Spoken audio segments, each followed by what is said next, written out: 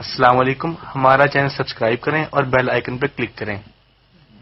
تمام معزز دوستوں کا شکریہ ادا کرتا چلوں جو ہمارے چینل کو سبسکرائب کر چکے ہیں، اور ساتھ ہی نئے آنے والے تمام معزز دوستوں سے انتہائی مؤدبانہ گزارش ہے کہ وہ بھی ہمارے چینل کو سبسکرائب کر لیں اور بیل کے آئیکن پر کلک کر لیں تاکہ آپ کو ہماری ہر نئی آنے والی معلومات پر مبنی ویڈیو کا نوٹیفیکیشن ملتا رہے۔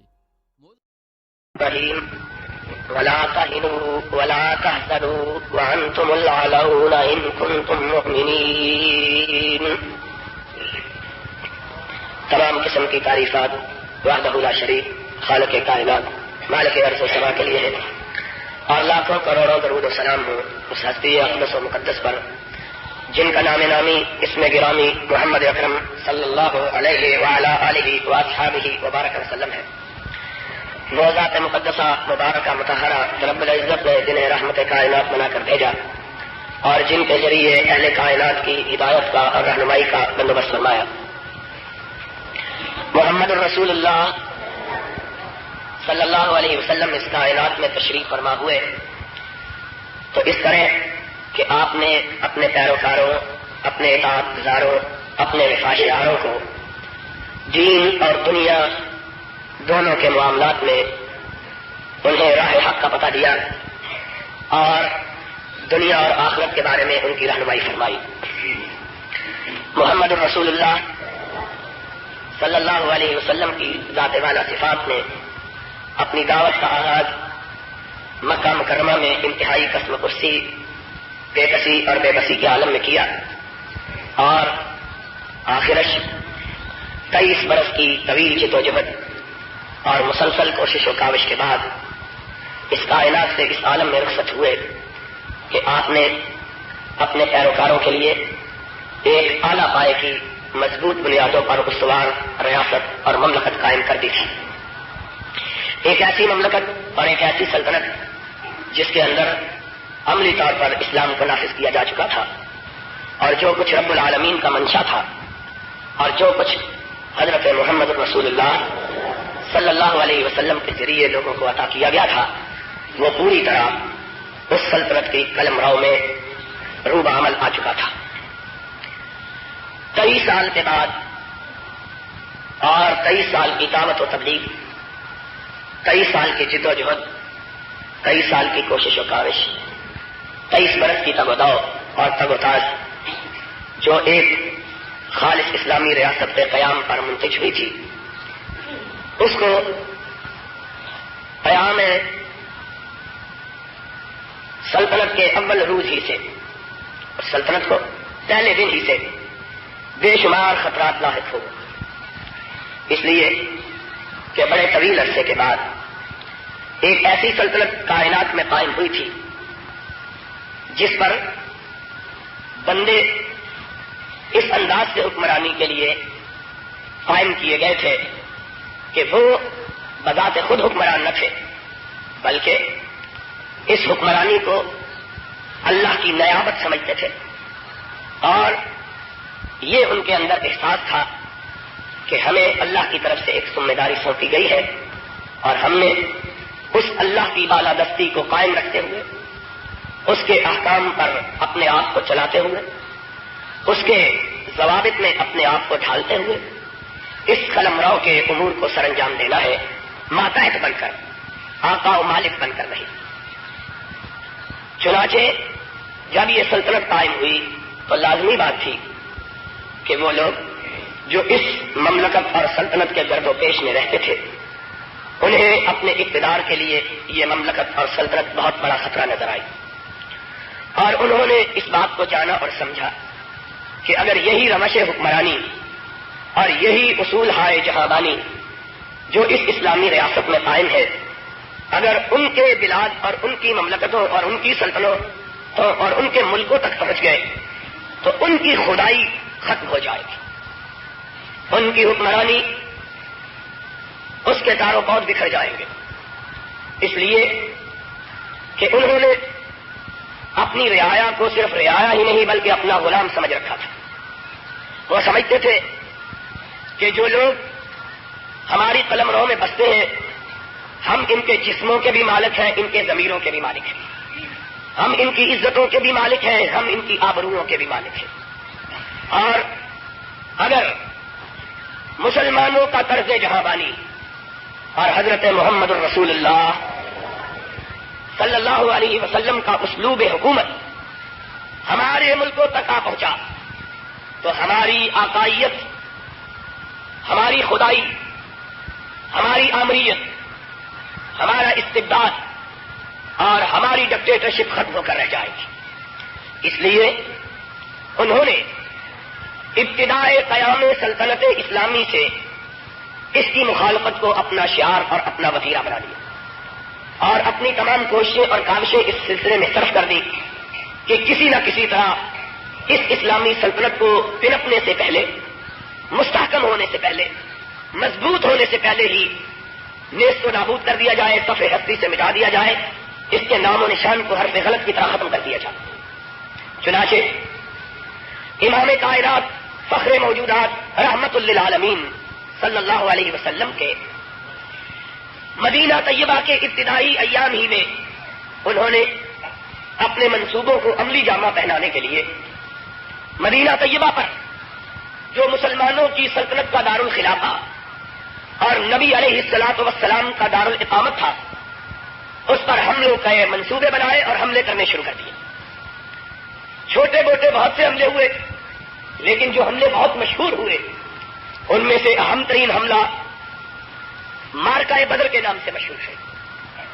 مکہ والے سرور گرامی علیہ الصلوۃ والسلام کی سلطنت کو مٹانے کے لیے مکہ سے بڑا طاقتور اور بڑا مضبوط اور مستحکم لشکر لے کر روانہ ہوتے ہیں۔ امام کائنات علیہ الصلوۃ والسلام کو خبر پہنچتی ہے مکہ مکرمہ سے مدینہ طیبہ کا فاصلہ ان دنوں تقریباً 500 کلومیٹر تھا، یعنی 300 میل کے قریب۔ رحمت کائنات علیہ الصلوۃ والسلام کو خبر ہوئی کہ ایک بہت مضبوط لشکر کفار مسلمانوں کی سلطنت پر حملہ آور ہونے کے لیے آ رہا ہے۔ آپ اس سے مقابلہ کرنے کے لیے بجائے اس بات کے کہ مدینہ طیبہ میں انتظار فرماتے، مدینہ طیبہ سے باہر نکلے، اپنے ساتھیوں کو اکٹھا کیا، کمزور، بے کس اور بے بس اور ناتواں، بخاروں کے مارے ہوئے، ہجرتوں کے ستائے ہوئے لوگ، کچھ چھوٹے چھوٹے بچے، کچھ جھکی ہوئی کمروں والے بوڑھے اور کچھ ایسے لوگ، توجہ کے ساتھ بات کو سننا، امام کائنات علیہ الصلوۃ والسلام کے یثرب میں تشریف لانے سے پہلے اس بستی مبارک کے اندر ہر سال ایک وبا پھیلتی تھی جس کو زرد بخار کی وبا کہتے ہیں، اور لوگ اس وبا کے ہاتھوں نڈھال ہو کر رہ جاتے۔ چنانچہ جب ہجرت کر کے مکہ مکرمہ سے مسلمان مدینہ طیبہ میں تشریف لائے اور یثرب کا نام طیبہ اور مدینۃ النبی قرار پایا تو اس وقت بھی یہ وبا پڑی اور بہت سے مسلمانوں کو اپنی لپیٹ میں لے کر ان کو پائمال کر کے چلی گئی۔ مارکہ بدر جب پپا ہوا تو ابھی تک اس وبا کے اثرات مسلمانوں پر باقی تھے۔ بعد میں رسول کائنات علیہ الصلوۃ والسلام نے اپنے رب سے دعا مانگی تھی، اللہ تو نے یثرب کو اپنے نبی محمد کا شہر بنا دیا ہے، میں تجھ سے التجا کرتا ہوں کہ اس کو ہر قسم کی وباؤں سے پاک فرما دے۔ چنانچہ نبی پاک صلی اللہ علیہ وسلم کی دعا کے نتیجے میں پھر زرد بخار کی بیماری مدینے سے رخصت ہوئی۔ اور یہ بھی یاد رکھو، ساری کائنات میں وبائیں پھیلتی ہیں، لیکن اللہ نے اگر کسی شہر کو وباؤں سے محفوظ رکھا ہے تو اپنے محبوب کے دعا کی قبولیت کی وجہ سے اپنے محبوب کے شہر مدینے کو ہر قسم کی وبا سے پاک رکھا۔ چنانچہ یہ دعا تھی مصطفیٰ علیہ الصلوۃ والسلام کی کہ اے اللہ، میری بستی کے اندر جو وبا ہر سال آتی ہے اور لوگوں کو خستہ کر کے چلی جاتی ہے، اللہ اس بیماری کو مدینے سے دور کروا دے۔ لیکن مارکہ بدر میں ابھی تک لوگ اس بیماری کے زخم خوردہ اور اس بخار کے مارے ہوئے موجود تھے۔ چنانچہ جب نبی مکرم علیہ الصلوۃ والسلام نے کفار کے مقابلے کے لیے اپنے ساتھیوں کو آگے بڑھ کر ان کا حملہ روکنے کا حکم دیا تو صرف 313 ساتھی جمع ہو سکے، کل 313، اور ان میں سے بھی بہت سے چھوٹے چھوٹے بچے تھے، اور کچھ کمریں جھکی ہوئی کمروں والے بوڑھے تھے، اور کچھ ہجرتوں کے ستائے ہوئے لوگ تھے، اور کچھ بخاروں کے مارے ہوئے انسان تھے، اور اس سے بھی بڑھ کر کچھ اسی مدینۃ النبی یثرب اور طیبہ کے رہنے والے کسان تھے، زمیندار تھے، جنہوں نے زندگی میں کبھی تلوار کو ہاتھ نہیں لگایا تھا۔ ہر معاشرے کا ایک خاص پہلو ہوتا ہے، ہمارے معاشرے کے اندر لڑنے والی قومیں زمیندار قومیں ہوتی ہیں، وہ لوگ جو کھیتی باڑی کا کام کرتے ہیں انہیں لڑاکو کہا جاتا ہے، وہی لڑنے والے لوگ ہوتے ہیں۔ عرب کا رواج اس کے بالکل برعکس تھا، تاجر طبقہ، کاروبار کرنے والا طبقہ لڑنے والا ہوتا تھا، اور زمیندار طبقے لڑائی سے ناشنا ہوتے تھے،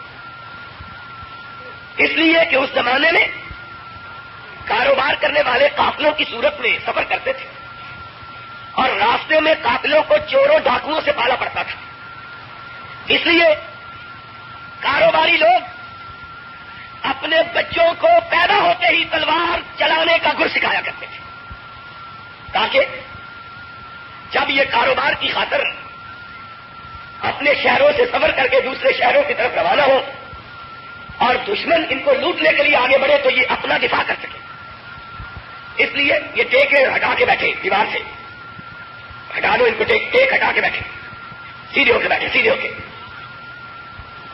ان کا رواج یہ تھا۔ اب یہ لڑائی بڑھائی اصل میں یہ تجربے کی بات ہے، مشق کی بات ہے۔ ہمارے یہاں کاروباری لوگ اس لیے بزدل ہوتے ہیں کہ ان کو کوئی فرصت ہی نہیں ہوتی لڑنے بھیڑنے کی، اور زمیندار اور دیہاتوں کے لوگ ان کے پاس بہت وقت ہوتا ہے، معمولی باتوں پہ لاٹھیاں اٹھا لیتے ہیں، گلہاڑے اٹھا لیتے ہیں۔ اسی طرح عرب کا رواج بالکل برعکس تھا کہ زمینداروں کو بہت محنت کرنا پڑتی تھی، اس لیے کہ زمین بارانی، نہ کنویں تھے نہ نہریں تھیں، بارشوں پر سارا دار و مدار تھا، اور جو زمینیں بارانی ہوتی ہیں ان کی کاشت بہت مشکل ہوتی ہے، اس لیے ان بیچاروں کا سارا وقت اپنی زمینوں کی دیکھ بھال میں صرف ہوتا تھا۔ یثرب کے لوگ لڑنا بھیڑنا نہیں جانتے تھے، اس کے برعکس مکہ والے تاجر پیشہ لوگ تھے، تجارت پیشہ تاجر لوگ تھے، قافلوں کی صورت میں سفر کرتے ہوئے انہیں ڈاکوؤں اور چوروں سے پالا پڑتا تھا، اپنے مخالف قبیلوں سے بھی ان کا آمنا سامنا ہوتا رہتا تھا، اس لیے بچپن ہی سے وہ آلات حرب کو استعمال کرنا اچھی طرح جانتے تھے۔ اب محمد الرسول اللہ صلی اللہ علیہ وسلم کے ساتھ یہی دو طبقے تھے، ایک یثرب کے لوگ، ایک مکہ کے لوگ۔ مکہ کے لوگ تین قسم کے ابتلاؤں میں مبتلا، ہجرتوں کے مارے ہوئے، کوئی 6 مہینے پہلے ہجرت کر کے آیا ہے، کوئی 3 مہینے پہلے، کوئی 4 مہینے پہلے مکہ چھوڑ کے آیا ہے، کوئی 8 مہینے، اور ہجرت کی راہ میں جو مصائب ان کو برداشت کرنا پڑے انہوں نے ان کی کمروں کو توڑ رکھا تھا، گھر سے بے گھر، وطن چھوٹ گیا، بیوی بچے علیحدہ ہو گئے، کاروبار تباہ و برباد ہو گیا، رہنے کے لیے کوئی ٹھکانہ نہیں رہا۔ وہ سارے مشکلات اور مسائل جو مہاجروں کو درپیش ہوتے ہیں وہ ان کو درپیش تھے۔ پھر اس پر مستضاد کہ آتے ہی مدینہ طیبہ کے بخاروں نے ان کو آ کے گھیر دیا، اور رہی صحیح طاقت سرد بخار میں ختم کر دی۔ پھر تیسری بات یہ کہ یہ کاروباری لوگ تھے اور کوئی کام کرنا نہیں جانتے تھے، اور مدینۃ النبی زمینداروں کا شہر تھا، سارا دار و مدار کھیتی باڑی پر یا باغات پر تھا۔ ان کو ایک ایسا پیشہ اختیار کرنا پڑا جس کو یہ جانتے ہی نہیں تھے، اس وجہ سے بھی ان کو بڑی دقت اور دشواری ہوئی۔ ایک طرف یہ لوگ، دوسری طرف یثرب کے لوگ جنہوں نے زندگی میں کبھی تلوار اٹھائی ہی نہیں، لڑنا جانتے ہی نہیں، پتہ ہی نہیں کہ لڑائی کس کو کہتے ہیں۔ دوسری بات یہ ہوئی کہ ان کو مہاجروں کی آمد کا بوجھ برداشت کرنا پڑا، ان کا ہاتھ بٹانا پڑا، ان کی اقتصادی حالت تباہ و برباد ہوئی۔ تیسری بات یہ تھی کہ اسی یثرب میں اور اس کے گرد و پیش میں یہودی رہتے تھے۔ وہ یہودی امام کائنات حضرت محمد الرسول اللہ صلی اللہ علیہ وسلم کی تشریف آوری کے بعد بڑے پیچ کھا رہے تھے، اس لیے کہ وہ سمجھتے تھے نبی کائنات کے آنے کے بعد ان کی چودراہٹ ختم ہو کر رہ گئی ہے، اور پھر یہاں منافقوں سے بھی پالا پڑ گیا۔ عبداللہ ابن ابی راس المنافقین، جس کو مدینے والوں نے اپنا بادشاہ بنانے کا فیصلہ کر رکھا تھا، اور فیصلہ ہی نہیں کر رکھا تھا، جس کی تاج پوشی کے دن مقرر ہو چکے تھے، تاج بنایا جا چکا تھا، محمد الرسول اللہ صلی اللہ علیہ وسلم کی تشریف آوری کے بعد اس کے خواب بھی چکنا چور ہو کے رہ گئے، اور اس کے خواہشات کا محل بھی مسمار ہو کر رہ گیا۔ اس نے دیکھا کہ آمنہ کے لال کے آ جانے کے بعد کوئی اس کی طرف دیکھنا بھی گوارا نہیں کرتا ہے، یہ بھی سازش ہے۔ اب اس طرح کے لوگوں کو لے کر حضرت محمد الرسول اللہ صلی اللہ علیہ وسلم اسلامی ملک کی حفاظت کے لیے مدینے سے باہر نکلے، اور تقریباً مدینہ طیبہ سے 150 کلومیٹر کے فاصلے پر بدر کے مقام پر ٹھہر کر آپ نے مکہ کے لشکر کا مقابلہ کیا۔ اور دلچسپ بات، یہ واقعہ سنانا مقصود نہیں ہے، اصل موضوع اور ہے، لیکن اس واقعے کا ایک اہم ترین پہلو آپ کو بتلانا ضرور مقصود ہے، اور وہ یہ ہے کہ جب مکہ کی فوجوں کے کمانڈر ابو جہل کو 2 چھوٹے چھوٹے بچوں نے لٹا کر ذبح کیا، اور ایک بچہ اس کے سر کو کاٹنے لگا، تو اس نے آنکھیں کھول کر یہ کہا کہ مجھے بتلاؤ میرا سر کاٹنے والا کون ہے؟ اس بچے نے جواب دیا، میں معاذ ہوں، افرا کا بیٹا ہوں، یثرب کا رہنے والا ہوں، محمد کا غلام ہوں۔ تو اس نے آہ بھر کر کہا، ہائے میری بدقسمتی کا کیا کہنا ہے کہ آج میں مارا بھی جا رہا ہوں تو ایک اناری کے ہاتھوں مارا جا رہا، ایک ایسے بچے کے ہاتھوں جس کے قبیلے والے تلوار چلانا نہیں جانتے، ان کے ہاتھوں مارا جا رہا ہوں۔ کاش مجھ کو مارنے والا کوئی عرب کا جنگجو ہوتا، کوئی بڑا لڑاکو ہوتا، لوگ کہتے ابو جہل بہادر تھا، بہادر کے ہاتھوں مارا گیا ہے۔ ذرا سمجھنے کی بات ہے۔ اس نے کہا مجھے بڑا افسوس ہے کہ میری موت بھی آئی ایک بچے کے ہاتھوں، اور بچہ بھی ان کا جن کو تلوار چلانا نہیں آتا، جو غیر لڑاکو ہوتے۔ پھر اس نے کہا میری ایک خواہش ہے، اور انہوں نے پوچھا کیا خواہش ہے؟ کیا لگا میری گردن کاٹتے ہوئے ذرا نیچے سے کاٹنا، تاکہ جب میرا سر نیزے پہ چڑھایا جائے تو اونچا نظر آئے۔ بہادر لوگ تھے۔ اب جو اصل بات میں ذکر کرنا چاہتا ہوں وہ یہ کہ مدینہ طیبہ پر حملہ ہوا، اور بڑے جنگجو لوگ مدینہ طیبہ پر حملہ کرنے کے لیے آئے۔ حدیث پاک میں آیا ہے ان کے پاس ہر قسم کا اسلحہ موجود تھا۔ اس زمانے کے مطابق ہر زمانے کا ایک اسلحہ ہوتا، اس زمانے کے مطابق نہ صرف یہ کہ ہر قسم کا اسلحہ ان کے پاس موجود تھا، بلکہ لڑنے والے اعلیٰ ترین سپاہی تھے، جنگ کے ماہر، آلات حرب و ضرب کے پوری طرح شناور، اور ساتھ ہی ساتھ اس زمانے کے دستور کے مطابق سب سے اعلیٰ فوج کا دستہ گھڑ سوار دستہ ہوتا تھا، کیونکہ اس زمانے کا سب سے اعلیٰ جانور لڑائی کے لیے اگر کوئی شمار ہوتا تھا تو گھوڑا ہوتا تھا، اور اس کی حیثیت آج کے دور میں وہی تھی جو ٹینک کی ہوتی ہے، پیدل فوج کے ساتھ بختر بند دستے کی ہوتی ہے، پوری طرح اسلحے سے لے قوم جنگجو، لڑائی بڑھائی کی عادی، مار کٹائی سے آشنا، جدید جنگی اسلحہ ان کے پاس موجود، اور 1000 کے لشکر میں 100 گھڑ سواروں کا دستہ بھی موجود اور پوری طرح تیاری کر کے آئے تھے اسلام کو مٹانے کے لیے، محمد کی بستی کو مٹانے کے لیے، اسلامی ریاست کو نیست و نابود کرنے کے لیے۔ اس کے برعکس مسلمان نہ صرف یہ کہ تیار نہیں تھے، کوئی تیاری نہیں تھی، اچانک ان کو حکم ہوا نکلا، پوری طرح اسلحے سے لیس نہیں تھے، کوئی اسلحہ ان کے پاس موجود نہیں تھی۔ حدیث پاک میں آتا ہے جن کے پاس تلواریں موجود تھیں، تلوار کے وار سے بچاؤ کے لیے ڈھال موجود نہیں تھی۔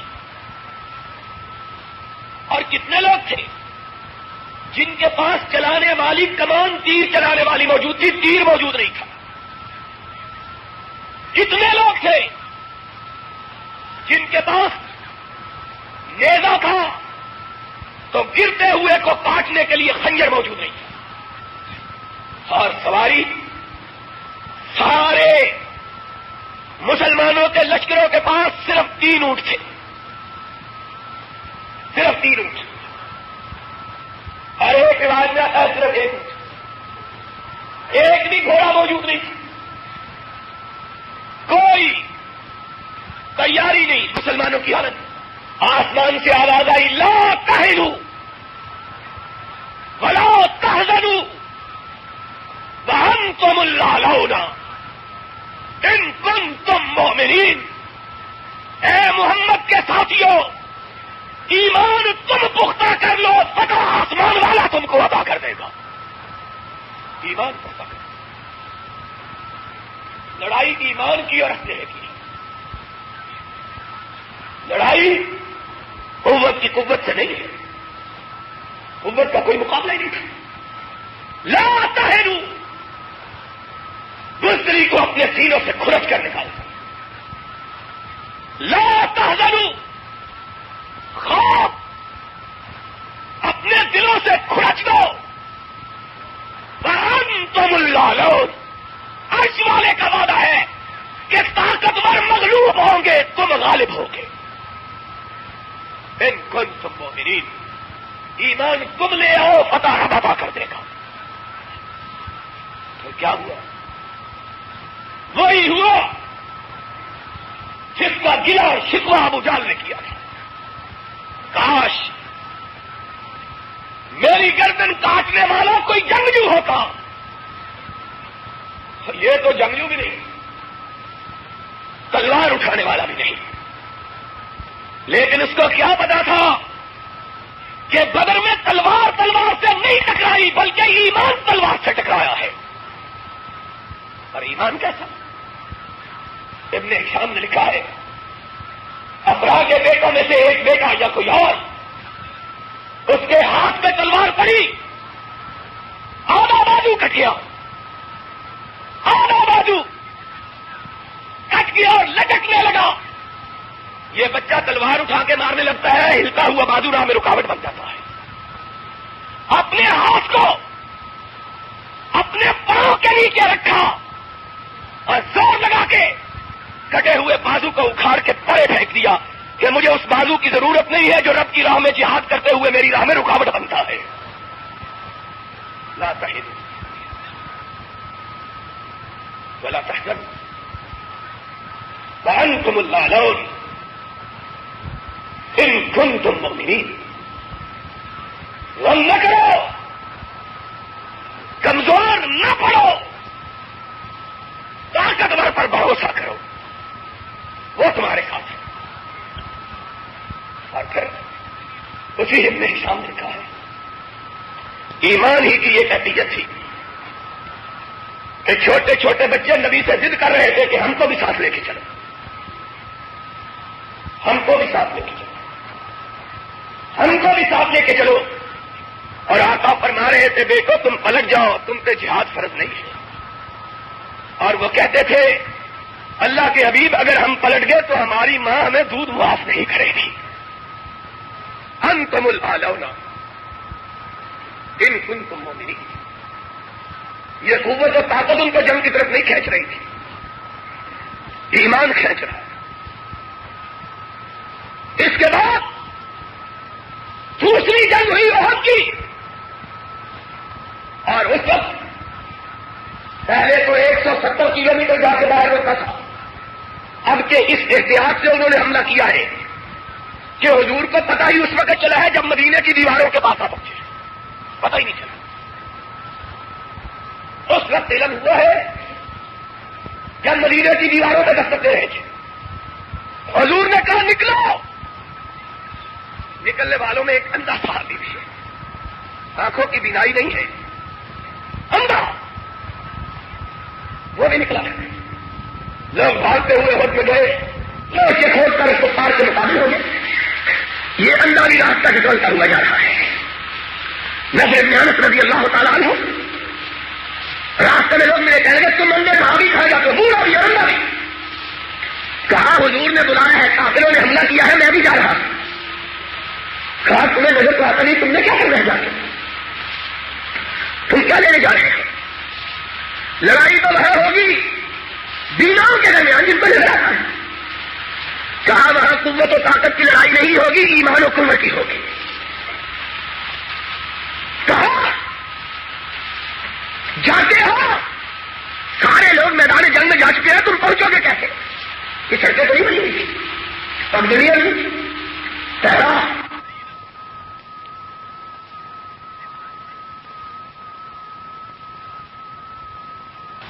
انتم الاعلون۔ اس جنگ میں نبی پاک صلی اللہ علیہ وسلم نے ایک دستے کو اونچی چوٹی پر مقرر کیا، کافروں کو شکست ہوئی، انہوں نے سمجھا اب ان کا پانسا پلٹ گیا ہے، اب اتر پڑو۔ مومنوں نے روکا مت چھوڑو وہ جگہ جہاں محمد نے مقرر کیا ہے صلی اللہ علیہ وسلم۔ کہا نہیں اب کوئی بات نہیں، وہ فتح ہو چکی ہے۔ یہ وہاں سے الٹے کفار کا لشکر پیچھے سے پلٹا، حملہ کیا اور مولی گاجروں کی طرح کاٹتا ہوا آگے بڑھ گیا۔ 70 لاشیں جن میں نبی کے شیر ایسے چچا سید الشہداء حمزہ کی لاش بھی ہے، میدان جنگ میں پڑی ہے۔ وہ نبی پاک صلی اللہ علیہ وسلم کی پیشانی اقدس سے خون کا فوارہ چھوٹ رہا ہے، آپ کا ایک دانت مبارک شہید ہو گیا۔ ایسے عالم میں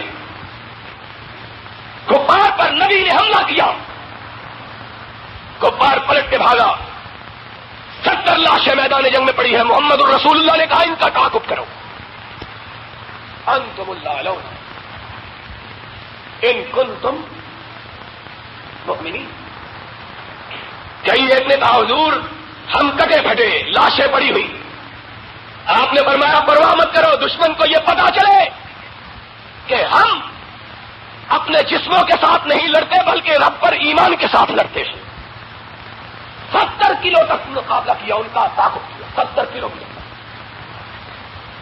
وادی روحا تک تعاقب کیا، اور پھر اس کے بعد مدتوں تک کفار کو حملہ کرنے کی ضرورت نہیں۔ تیسرا بڑا حملہ مدینے پہ جو ہوا وہ سن 5 ہجری 6 ہجری میں اس وقت ہوا جبکہ کفار اتنا بڑا لشکر لے کے آئے کہ 1400 برس گزر جانے کے باوجود آج تک اتنی چھوٹی بستی پر کبھی اتنے بڑے لشکر نے حملہ نہیں کیا۔ 4000 3000 کل تعداد تھی مدینے کے واسیوں کی، بچے بوڑھے عورتیں شامل کر کے، اور مدینے پہ جنہوں نے حملہ کیا ان کی تعداد 24,000 نوجوان تھی۔ 24,000۔ رسول اللہ نے کہا نکلو صلی اللہ علیہ وسلم۔ مدینے کے گرد و نواح میں دشمن پہنچ چکا تھا، نکلے، یہودیوں سمیت 3000 یہودیوں نے ساتھ چھوڑ دیا، باقی 1700 رہ گئے۔ رسول کریم علیہ الصلوۃ والسلام نے جب یہ کیفیت دیکھی اپنے ساتھیوں کو کہا بیٹھ جاؤ۔ صحابہ بیٹھ کے آپ نے فرمایا تم میں سے بھی جو پلٹنا چاہے پلٹ جائے، تم میں سے بھی جو لوٹنا چاہے لوٹ جائے۔ 1700 24,000 کے مقابلے، اور رحمت کائنات کیا کہہ رہے ہیں؟ یہ نہیں کہہ رہے اور بھی بلا لو، فرمایا تم میں سے بھی جو جانا چاہے چلا جائے۔ ایک صحابی جرأت کر کے پوچھتا ہے یا رسول اللہ صلی اللہ علیہ وسلم اگر ہم پلٹ گئے تو آپ کیا کریں گے؟ آپ نے فرمایا تم سارے پلٹ جاؤ محمد اکیلا لڑے گا. انتم الاعلون ان کنتم مؤمنین لا تہنوا. دشمن کا افلاح، دشمن کی تعداد، دشمن کی برتری دیکھ کر لمبے نہ لیٹ جاؤ، اس کے آگے سرنگونا ہو جاؤ، سرنڈر نہ کر جاؤ. انتم الاعلون ان کنتم مؤمنین. وہ اپنی تعداد اور اسلحے پر بھروسہ کر کے آتے ہیں، تم رب پر اعتماد کر کے آؤ. انتم الاعلون، تم مجھ پر اعتماد کر کے آؤ، میں تمہاری مدد کروں. کتنے اطمینان کے ساتھ نبی نے فرمایا صلی اللہ علیہ وسلم، فرمایا سارے پلٹ جاؤ، محمد اکیلا دشمنوں سے لڑے. اس لیے کہ میں تمہاری تعداد پہ بھروسہ کر کے نہیں آیا، رب کی ذات پہ بھروسہ کر کے آیا. اور پھر قرآن اذکروا نعمت اللہ علیکم اذ جاءتکم جنود فارسلنا علیہم ریحا وجنودا لم تروها. 21واں پارہ سورہ احزاب. کہا تم ایمان کو سینوں میں سجا کر نکلے اور جانوں کو ہتھیلیوں پر بتا کر نکلے. ہم نے کہا ہم پر اعتماد کرتے ہوئے آئے ہو، اب ہماری قدرت بھی دیکھو. اذکروا نعمت اللہ اذ جاءتکم جنود. اللہ کہتے ہیں 1724,000 کے مقابلے میں مومن سو گئے، رب نے سلا دیا. مومن رب نے سلایا، رب جاگ رہا ہے. عرش والا اذ جاءتکم جنود فارسلنا علیہم ریحا وجنودا لم تروها. تم سوئے ہوئے تھے، جبریل کی قیادت میں فرشتوں کا لشکر آیا، تمہارے نیابت میں لڑ کر اس نے اکیلے ہی دشمنوں کو بھگا دیا. صبح اٹھے، خیمے جڑے ہوئے، تنابیں ٹوٹی ہوئی، دشمن بھاگ چکا ہے. ہم دیکھے لشکروں نے اس کو چھکتے. انتم الاعلون ان کنتم. اور کسے پڑی ہے کہ جا سنا دے پیارے پی کو ہماری بچیاں. کون ہے آج جو قرآن کا یہ درس سیال حق کو جا کے سنائے؟ کون ہے؟ اس بزدل کو، بے غیرت کو، بے حمیت کو، جس نے مسلمانوں کی ناک کٹوا کے رکھ دی. راجیو گاندھی کی بیوی کے سامنے رکوع میں گیا ہوا ہے، اور بے غیرت تو اگر رکوع میں گیا ہے تو باقی کون سجدے میں نہیں گرے گی تو اور کیا کرے گی؟ پھر مونچھوں پر ہاتھ پھیر کے کہتا ہے شریعت آ رہی ہے، اور بے شرم کہتے ہیں ہم شریعت میں ہاتھ بنا کے شریعت لا رہے ہیں. تم لانے والے، یہ دلوانے والا. ذوق الطالب والمطلوب، دونوں بزدل. وہ اندرا گاندھی کی بہو کے پیروں میں گرا ہوا، اور شریعت بل والے پیپل پارٹی کے پیروں میں گرے ہوئے. کل تک ہم کو کہتے تھے، ہم نے کبھی نام نہیں لیا، تم گواہ ہو. چینیا والی مسجد کے نمازیوں تم گواہ ہو مجھ سے ملنے کا. بے نظیر بھٹو نے پیغام بھیجا، خود پیغام. تمہارے گھر آ کے ملنا چاہتی ہوں. میں نے کہا میں اہل حدیث ہوں، کسی غیر محرم عورت سے ملنا گوارا نہیں کرتا ہوں. اور تم نے جھوٹ بولا. یہ نیم اندھے مولوی، ضمیر فروش، بد کردار، جنہوں نے مسجدوں کے تقدس کو بھی پائمال کر دیا، جن کی بد کرداری کو دیکھ کر آسمان کو بھی پسینے آ گئے. وہ مولوی ہم پہ جھوٹے الزام لگاتے ہیں، یہ شریعت بل کی مخالفت کرتے، پیپل پارٹی کی راہ مار کرنا چاہتے. اور بغیر تو ہم پر الزام لگاتے تھے، خود پیپل پارٹی کے چرنوں میں گرے ہوئے. جماعت اسلامی کے نائب امیر پروفیسر غفور کا بیان سوموار کے دن سارے پاکستان کے اخباروں میں چھپا. اس نے کہا پیپل پارٹی کا وجود حکومت ہے. جا کے پوچھو منصورے والوں سے اب تمہارا ایمان کہاں گیا؟ اور جو ضیاء الحق کے ساتھ ہے اس میں ایمان ہو سکتا ہی. جس طرح کا مالک ہے اسی طرح کی رعایا ہوگی نا. یہ اس کے پجاری اور بڑے منہ آگے آگے کر کے فوٹو اس کے ساتھ کھنچواتے ہیں جس طرح صلاح الدین ایوبی کے بیٹے کے ساتھ کھنچوا رہے ہیں. جس طرح کا وہ بزدل اسی طرح کے ہم ہیں. اور میں نے کہا تھا یاد رکھو جب پہلے انہوں نے ہم پہ جھوٹا الزام رکھا تو میں نے اسی مسجد میں کھڑے ہو کے کہا تھا بزدلو بتلائے گا آج بھی بتلائے گا کل بھی بتلائے گا. بے نظیر کے باپ کا بھی مقابلہ ہم نے کیا اگر وہ آ گئی تو اس کا مقابلہ بھی ہم کریں گے. تم نے کیا مقابلہ بستہ اٹھا کے پیچھے بھاگ رہے ہیں. کہتے ہیں ساری جماعت اسلامی کی کھالوں کی کمائی تم لے لو ہم کو ساتھ ملا لو. وہ کہتے ہیں درے تو ساتھ نہیں ملانا. شرم کرو. کوئی اتنا جھوٹا پراپوگنڈا کیا گیا. میرے نمازی کئی ہمارے دوست بدقسمتی سے جماعت اسلامی کے پراپوگنڈے کا شکار ہو گئے. کیا یہ علامہ صاحب اچھی بات نہیں ہے. تو میں نے کہا پاگل ناسیہ دل میں ہی اتنا تو سمجھ اپنے کہ ہاں لاکھ نادہ ہوں گے کیا تجھ سے بھی نادہ ہوں گے. کیا سمجھا ہے تم نے؟ MRD کی حمایت ہو رہی ہے اور ایک مولوی نظر کچھ نہیں آتا اینک لگانے کے باوجود بھی بار بار شیشے صاف کرتے کہ MRD کی بات کر رہے ہیں. اب تمہارے چچاؤں نے یہ کہا ہے کہ ہم سارے شریعت محاذ کی قیادت MRD کو دینے کے لیے تیار ہیں. اب تمہاری غیرت کہاں مر گئی ہے؟ اب کفر اسلام ہو گیا ہے. بزدل کو کائنات میں کہیں پناہ نہیں مل سکتی.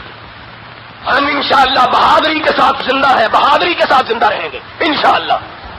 اور موت بھی آئے گی تو بہادری میں آئے گی انشاءاللہ. تمہارا جینا بھی عذاب تمہارا مرنا بھی عذاب. تمہاری کیا زندگی ہے؟ جماعت اسلامی بلوچستان کے صدر نے بھی جواب دیا. کہہ لگا ہم تو پیپل پارٹی کے ساتھ معاہدہ کرنا چاہتے ہیں وہی ہم سے نہیں کرتی.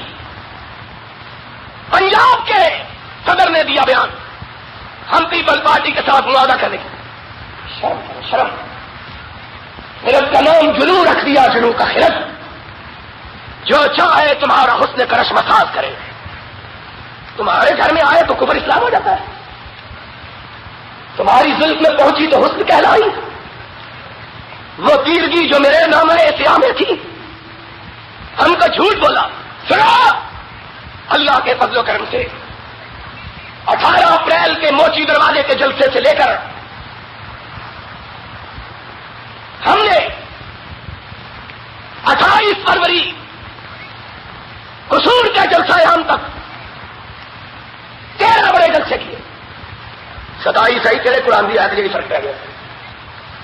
27 فروری تک ہم نے 13 بڑے جلسے کیے اور 18 اپریل سے لے کر 6 مارچ تک آج کے دن تک 100 سے زیادہ چھوٹے جلسے کیے. ہماری حالت تو یہ ہے میں 1.25 مہینے کے سفر کے بعد جمعرات کو یہاں پہنچا ہوں. جمعرات کو ہی جلسہ تھا سیالکوٹ میں, جمعے کو قصور میں, پھر بورے والا میں, پھر اتوار کو ملتان میں, پھر منگل کو فیصلہ آباد. ہر روز جلسہ. کوئی نہ دلال بتلائے ہم نے اپنے جلسے میں کسی پیپلز پارٹی کے کسی MRD کے بندے کو بلایا. کوئی ماں کا لال بتلائے کسی ایک جلسے میں کسی ایک بندے کو بلایا. ہم پر جھوٹے الزام لگے لیکن عرش والا تو دیکھ رہا تھا. اس نے تمہارے پردے کو چاک کرنے کا فیصلہ کیا. تم نے اور جماعت اسلامی نے نام لے کر کہتا ہوں جماعت اسلامی نے کبھی میں نے نام نہیں لیا تھا. 20 سال ہو گیا یہاں جمعہ پڑھاتے ہوئے. لیکن کیوں گردش مدام سے گھبرا نہ جائے دل. انسان ہوں پیالہ و ساگر نہیں. جھوٹ سن کے دل پک گیا ہے. اتنا جھوٹ بولتے ہیں داڑیاں رکھ کر اسلام کا نام لے کر شرم نہیں آتی. مکے میں خط لکھے انہوں نے ہمارے خلاف. خدا کی قسم منبر پہ کہا. مدینے میں خط لکھے, ریاض میں خط لکھے. یہ پیپل پارٹی میں مل گئی. اگر اسلام کا نام لینا جمہوریت کی بات کرنا کسی پارٹی کے ساتھ ملنا ہے تو ہم اس کا اقرار کرتے ہیں. تم عامریت کے گماشتے بن گئے. تم نے ضیاء الحق کی ڈکٹیٹرشپ کے پائے بن کر اس ملک کو تباہ کیا ہے. جھوٹ بولتے ہو. اسلام کون سا اسلام؟ میرے جانے سے ایک دن پہلے اخبار میں یہ چھپا تھا کہ ضیاء الحق کی حکومت کے درمیان اور طوائفوں کے درمیان معاہدہ ہو گیا ہے. پڑھا تھا کہ نہیں؟ اور بولو پڑھا تھا؟ کیا معاہدہ ہو گیا ہے؟ بدکار عورتیں بدکاری کرواتی رہے لیکن صرف پردے ڈال لیں. یہ معاہدہ ہوا کہ نہیں؟ ضیاء الحق کی حکومت نے اس جوئے کو جو بھٹو کے دور میں بند ہوا تھا دوبارہ کھولا گیا. کھولا گیا کہ نہیں؟ بھٹو کے دور میں گھوڑوں کا جوا ہوتا تھا. ضیاء الحق نے کتوں کا جوا بھی شروع کروا دیا. کروایا کہ نہیں؟ بھٹو کے دور میں ہمارے مقابلے پر شراب پر پابندی لگی تھی. ضیاء الحق نے جماعت اسلامی سے مل کر شراب سے پابندی اٹھائی. سن 86 میں ضیاء الحق کے وزیر نے قومی اسمبلی میں بیان دیا کہ جتنی شراب سن 86 میں پاکستان میں بنی ہے 39 سال میں اتنی نہیں بنی ہے. یہ تمہارا شریعت بل ہے؟ فوٹو کھنچواتے ہو منہ کر کے آگے شرم نہیں آتی؟ گھر بلاتے ہو اس کو؟ بلاؤ. اس کے گھر بلانے سے کوئی ہمیں ہماری صحت کو کوئی فرق ہے؟ جو مردوں سے ڈرتا ہے اندرا گاندھی کی بہو سے ڈرتا ہے وہ ہم کو ڈرا سکتا ہے؟ ہم اس سے نہیں ڈرتے. جاؤ. اسلام تم نے اسلام کا اپنے اندر فیکٹریاں لگا رکھی ہے. جس کو تم اسلام کہو وہ اسلام ہے. جس کا تم کفر کہو وہ کفر ہے. تم نے اسلام کا بیڑا غرق کر دیا. جتنا بیڑا غرق جماعت اسلامی اور اس کی ہماری جماعتوں نے اسلام کا بیڑا غرق کیا ہے اتنا پیپلز پارٹی نے بھی اسلام کا بیڑا غرق نہیں کیا. کیوں؟ اس لیے کہ پیپلز پارٹی کبھی اسلام کا نام کسی کو اسلام کے نام پر دھوکا. اب بولو یہ اسلام کا نام لے کے مسلمانوں کو بتا.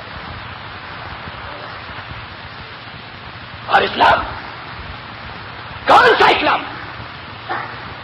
ہم اس ملک میں اسلام تمہارا بنایا ہوا نہیں چلنے دیں گے. اس ملک میں اسلام چلا گا تو محمد الرسول اللہ کا چلے گا. اور کوئی کائنات کی طاقت اس ملک میں تمہارا اسلام چلا سکتی؟ یہ تمہارا اسلام ہے جس میں جوا بھی جائز ہے, جس میں سود بھی جائز ہے, جس میں حرام خوری بھی جائز ہے, جس میں شراب بھی جائز ہے. یہ تمہارا اسلام. اور میرے محمد کا اسلام ان الدین ان اللہ الاسلام. اسلام لانا ہے. ساری برائیوں کا چھوڑ کے آؤ مگر میں اسلام سے ہٹ جاؤ. ہمارے اسلام میں میرے اسلام میں فرق. ہمارا اسلام کھانے جمع کرنے والا ہے. ہمارا اسلام کائنات کے غریبوں کو ان کی غربت سے نجات دلا کر ان کو تمنگری ادا کرنے والا ہے. تمہارا اسلام لوگوں کو بزدلی کا درس دینے والا ہے. میرا اسلام کائنات کو دنیا کی سب سے بڑی طاقتوں کے ساتھ ٹکرا دینے والا اسلام ہے. بزدلوں کا اسلام ہے. امریکی اسلام ہے. امریکی یہ اسلام امریکی اسلام ہے. ڈالر کا اسلام. محمد کا اسلام نہیں ہے. محمد کا اسلام وہ ہے لا تہنوا ولا تحزنوا وانتم الاعلون ان کنتم. انہوں نے جھوٹ بولا. اور لکھ کے جانا میری بات, لکھ کے جانا. ہمارے متعلق تو احمد ترازی کی بہتان لگا رکھی. ہم سنتے رہے اور صرف سنتے نہیں رہے, اپنے اللہ کو درخواستیں بھی دیتے رہے. اللہ یہ جھوٹے جھوٹ بول رہے ہیں, تو دیکھ رہا ہے, تو دیکھ رہا ہے. اللہ نے کہا فکر نہ کرو, اس دنیا میں ان جھوٹوں کی پردہ نہیں کروں گا. کوئی کہ نہیں. میں مدینے میں بیٹھا ہوا تھا, اخبار دیکھی, لکھا ہوا تھا جماعت اسلامی کا کراچی کا میئر ہٹا دیا گیا. کراچی کا میئر صرف میئر کا نام اسلام تھا.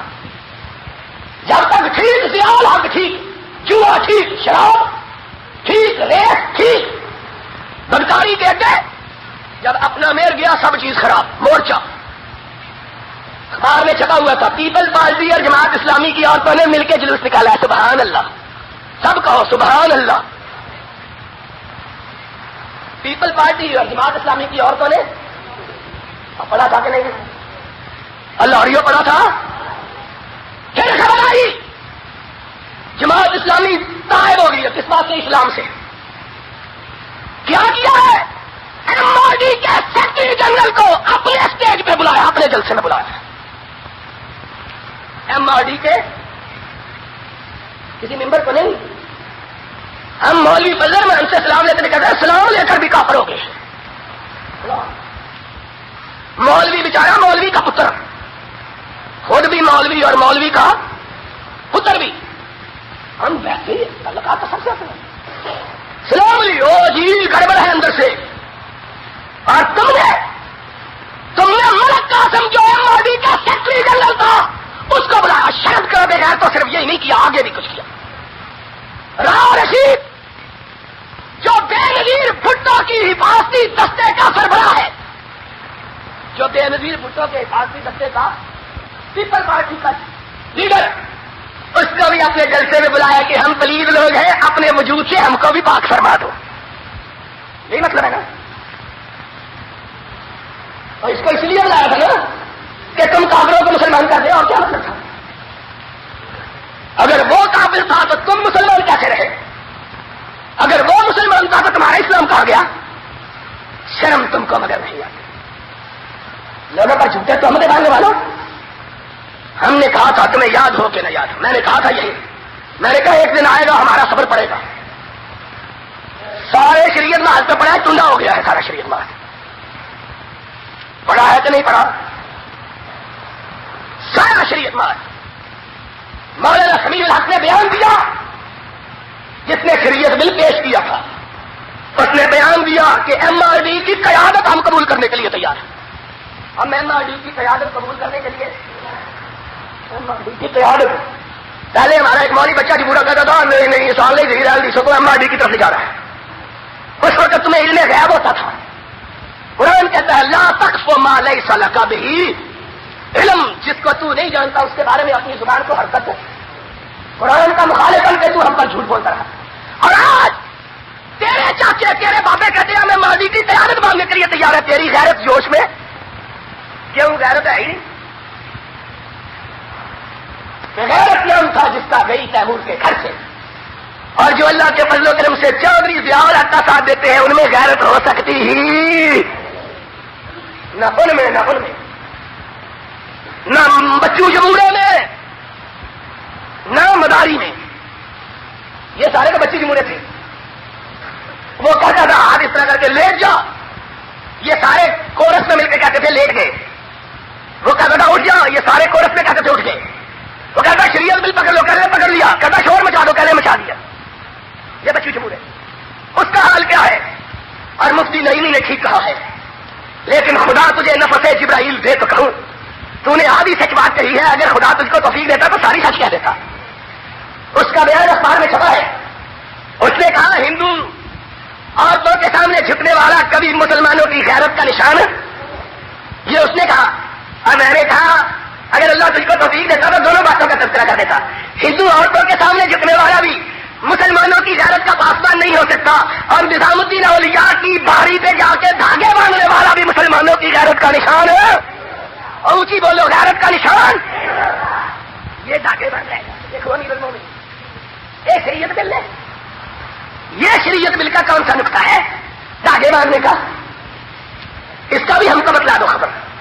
اور شریعت بل کے بارے میں اتوار کو میں انشاءاللہ پریس کانفرنس کر رہا ہوں. اتوار کو پتا چلے گا.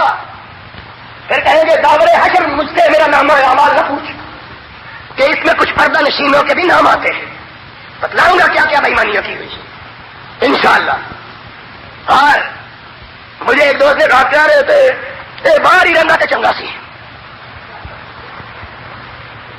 میں نے کہا کہ اللہ نے اہل حدیثوں کے لیے مجھ کو احسان الہی بنایا ہے اور تمہارے لیے عذاب الہی بنایا ہوا ہے.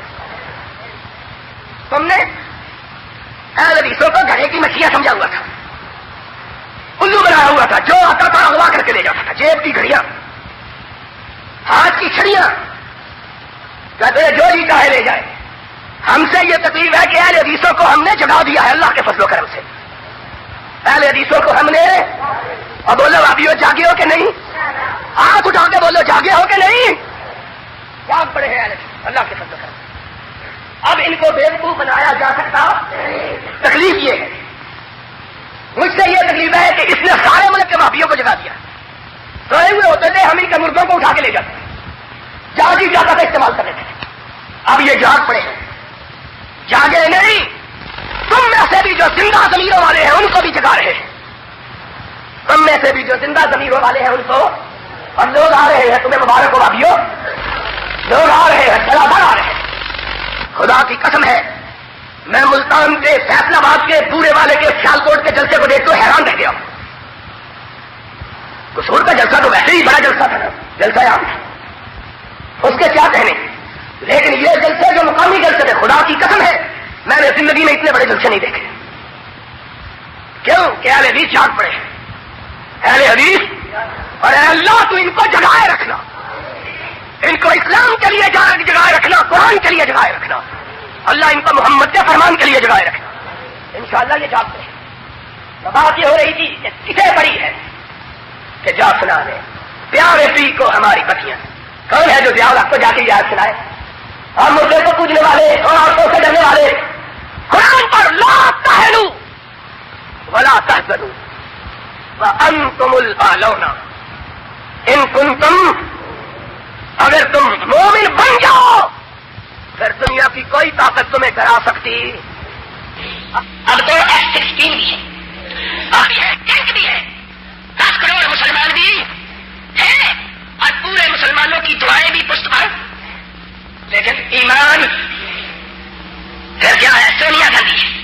ایمان نہیں, اور کیا ہے؟ سونیا گاندھی. اس کی بیٹی سے بھی کم عمر کی ہے. اگر عمر کی بات تو کیا میں اس عورت سے سلام نہیں کرتا, کیوں کہ میرے محمد نے, میرے آقا نے ایک مسلمان عورت کے ہاتھوں کی انگلیوں کو دیکھ کر اپنی آنکھوں کو بند کر دیا تھا. کہا تھا بی بی اپنے ہاتھ کو پیچھے ہٹا لے, محمد کسی غیر محرم عورت کی انگلیوں کو بھی دیکھنا گوارا نہیں کرتا. یہ مسافے کر رہا ہے, اور وہ اپنی بیچاری بیگم, اس کا ہم کیا کر سکتے ہیں, وہ ہماری ماں بہن ہے. اس غیرت مند نے اس کو بھی غیر مسلموں سے مسافر کروائے, اس کا کیا قصور ہے کہ غیرت نام اٹھائے. لوگوں آ جاؤ, قرآن سن لو, قرآن کا یہی اعلان ہے, لا تہنوا ولا تحزنوا وانتم الاعلون ان کنتم, آخر دعوانا الحمد للہ. اگرچہ کچھ حضرات کے لیے اور کچھ میری بہنوں کے لیے بالخصوص شاید یہ خوشی کی بات نہ ہو, شاید اس وجہ سے کہ بہرحال مجھ سے ایک تعلق ہے اور محبت ہے, لیکن میں سمجھتا ہوں کہ پوری جماعت کے لیے یہ بہت بڑی خوشخبری.